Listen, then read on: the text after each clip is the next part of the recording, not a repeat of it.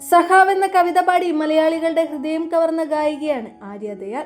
പിന്നീട് കർണാടക സംഗീതത്തിലെ സ്വരങ്ങളും കഥകളി പദത്തിനൊപ്പം ഒരു പോപ്പ് ഗാനവും കോർത്തിണക്കിയ ആര്യയുടെ വ്യത്യസ്തമായ ആലാപനത്തിലൂടെ സമൂഹ മാധ്യമ ലോകത്തെ ഒന്നാകെ കയ്യിലെടുത്തു. വിദ്യാർത്ഥിയായിരുന്ന സമയത്ത് ആര്യ ദയാൽ വെറുതെ പാടിയ ഗാനങ്ങൾക്ക് പോലും മികച്ച സ്വീകാര്യതയാണ് ലഭിച്ചത്. കോവിഡ് കാലത്ത് ഒരു ഗാനം ആലപിച്ചുകൊണ്ട് ആര്യ ബോളിവുഡ് താരം അമിതാഭ് ബച്ചനെയും ആരാധകനാക്കി മാറ്റി. അദ്ദേഹം അന്ന് ആര്യയുടെ ഗാനത്തിന്റെ വീഡിയോ സോഷ്യൽ മീഡിയയിൽ പങ്കുവയ്ക്കുകയും ചെയ്തു. ഇപ്പോൾ ഇന്ത്യയിലെ തന്നെ തിരക്കുള്ള ഗായികയായി മാറിയിരിക്കുകയാണ് ആര്യ ദയാൽ. മലയാളികളുടെ പ്രിയപ്പെട്ട സംഗീത റിയാലിറ്റി ഷോ ടോപ്പ് സിംഗറിൽ ഇപ്പോൾ ജഡ്ജായി എത്തുന്നുമുണ്ട് ആര്യ. ഗായകൻ MG ശ്രീകുമാറിന് പകരക്കാരിയായാണ് പുതിയ സീസണിൽ ആര്യ എത്തിയത്. എന്നാൽ ഇപ്പോൾ ഇതൊന്നുമല്ല സോഷ്യൽ മീഡിയയിൽ വൈറലാകുന്നത്. ഗായികയും സംഗീത സംവിധായികയുമായ ആര്യ ദയാൽ വിവാഹിതയായി.